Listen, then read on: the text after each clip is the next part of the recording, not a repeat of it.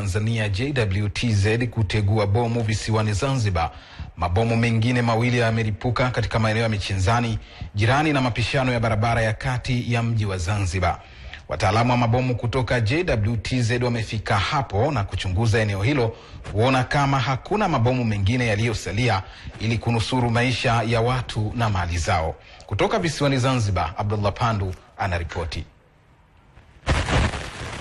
Tangu kufutwa kwa uchaguzi mkuu, askari wa ulinzi na usalama wamekuwa wakifanya doria maeneo mbalimbali katika manispaa ya Zanzibar kulinda usalama wa watu na mali zao.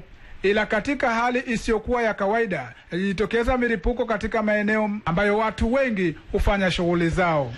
Akizungumza na wanahabari mara baada ya kukamilisha zoezi la kukusanya mabaki ya milipuko huo na kuhakiki usalama wa maeneo hayo, Kamishna msaidizi mwandamizi Jeshi la Polisi, mkuu wa operesheni na mafunzo Juma Yusuf Ali, anasema wanaendelea na uchunguzi kwa matukio yote yaliyotokezea, kwanza kujua aina gani ya mabomu yaliyotengenezwa. Wataalamu wetu walikuwepo hapa wa kijeshi, mara baada ya kupata taarifa yetu waliarifu ndugu zetu kuja kufanya uchunguzi kujua kwamba iwapo kuna bomu jingine, na kwa madhumuni ya kuweka eneo hili kwa salama.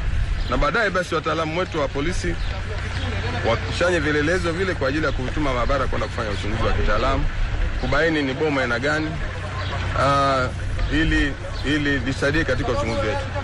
Lakini ukiacha hivyo, sasa hivi eneo hili liko secure, liko salama. Wataalamu wale wamethibitishia, na ndio maana wataalamu wetu wa ukusanyaji wa vielelezo wanakamilisha kazi yao kukusanya vielelezo, na baadaye shughuli za upelelezi ambapo watu wengi huwa wanakutana. Lakini kwa sasa hivi eneo hili liko salama, na tulikuwa tumefunga mikanda yetu kwa sababu za kiusalama kuzuia watu wasiingie katika eneo hili wakati huu tukiamini kwamba ni eneo hatari. Lakini muda mfupi hizi kamba tutaziondosha na watu endelee na shughuli za kawaida. Polisi au majeshi yao yapo na hali ya usalama itadhibitiwa, na wahusika tunaamini kwamba tutawatia mkononi ili sheria ichukue nafasi yake.